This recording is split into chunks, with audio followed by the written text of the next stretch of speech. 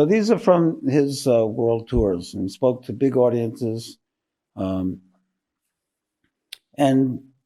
as I've said before, it was had a different tone from the way he spoke to us in Ganeshpur, because we were a kind of, what do they call it, captive audience.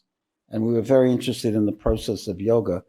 But the people in the West, they came from their worldly life and they wanted some piece of the spirit, and they wanted Baba to speak in the highest, most exalted way, and he did.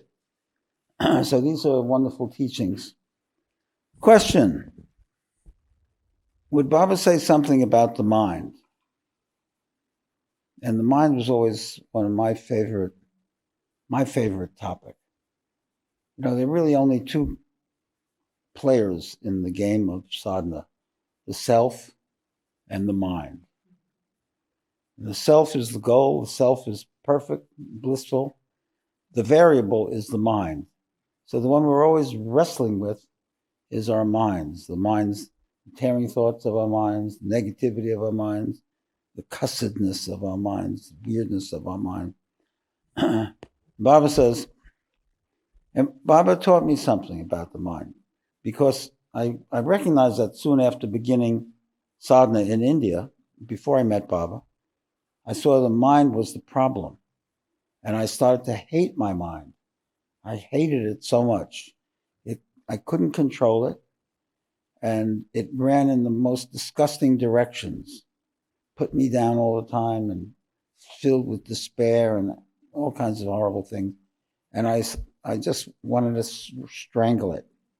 And Baba taught me a different approach. He taught me to honor the mind and to love the mind and to speak sweetly to the mind. Say things like, "Oh mind, be nice, think nice thoughts," which never occurred to me before. And to get the grace of the mind. And I learned from that works for everything. It works much better to get the grace of everyone, all people and everything in your life. Even your washing machine. Talk to your washing machine. "Oh, washing machine, be nice. Behave properly." So Baba says, the mind bears fruit according to your thoughts. From mind can come peace, illusion, intelligence, quick-wittedness. The blessing of the mind can make you a poet, an intellectual, an artist, a musician, or a yogi. You can earn a degree with it, or you can attain samadhi with it. The mind is the guru.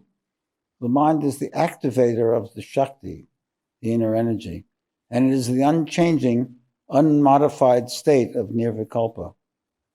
So he's saying that really the mind is nothing but the active part of the self. And when the mind quiets and falls back into itself, it resolves itself into the self. It's one with the self.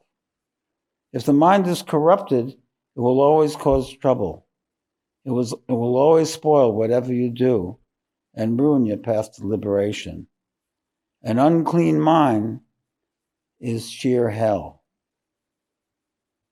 One of the great realizations is to discover how much your problem is with your own mind. Not with other people, not with bad luck, not with circumstances, not with the form of government or who's in charge in the government, not with your boss or your spouse or your children, but your own mind. So in a sense, the enemy, the difficulty is close at hand. Close, closer than close. Baba says, a good question to ask yourself, is my mind causing my misery right now if I'm unhappy?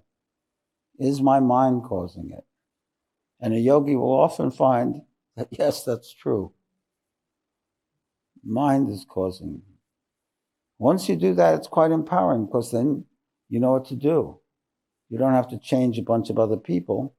You can work on the mind. Baba says, take care of the mind. It is a friend which will bring you happiness. A pure mind is worthy of the Guru's highest love.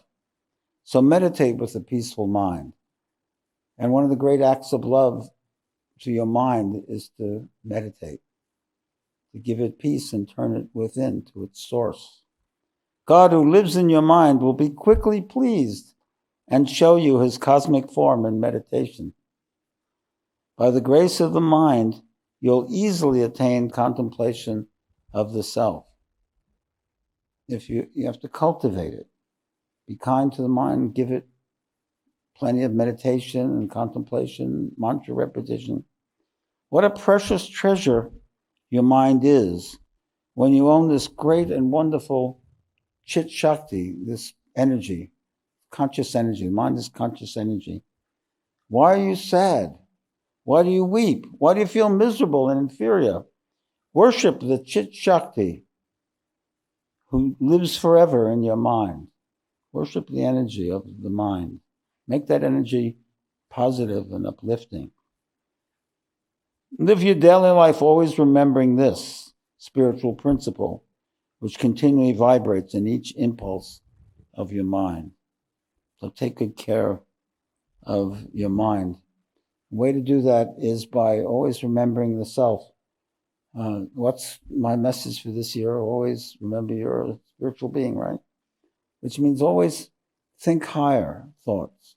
You know, if something's giving you a problem, making you suffer, some situation, it means you're thinking of it in too low a way.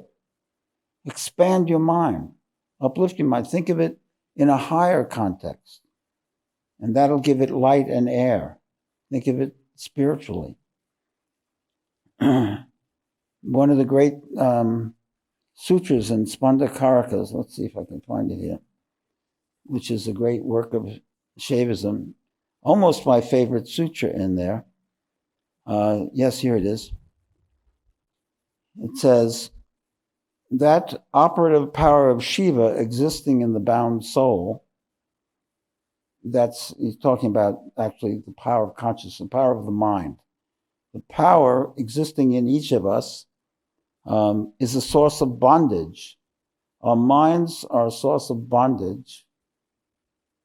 But the same power, the mind, when realized as residing in him as a way of approach to one's own essential reality, brings about the achievement of liberation. So what he's saying is that the mind is a double-edged thing. It's both the source of our bondage, our suffering, and also a vehicle to liberation. That's pretty powerful, isn't it? It's got so much power. If you approach the mind and treat your mind well and get the mind's grace, you'll attain every bit of joy and happiness in life.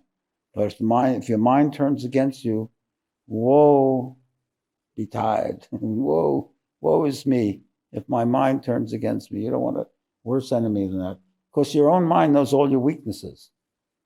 That's the thing. That's what tearing thoughts are. It's your mind rehearsing all your weaknesses. Other people may be reluctant to tell you horrible things about you, but your mind is not. Your mind tears right into you and says the worst thing it can think of. Gets right to your weak points. Have you noticed that? That's why I call them tearing thoughts. They tear into you viciously. So it's a double-edged sword. Make it work properly.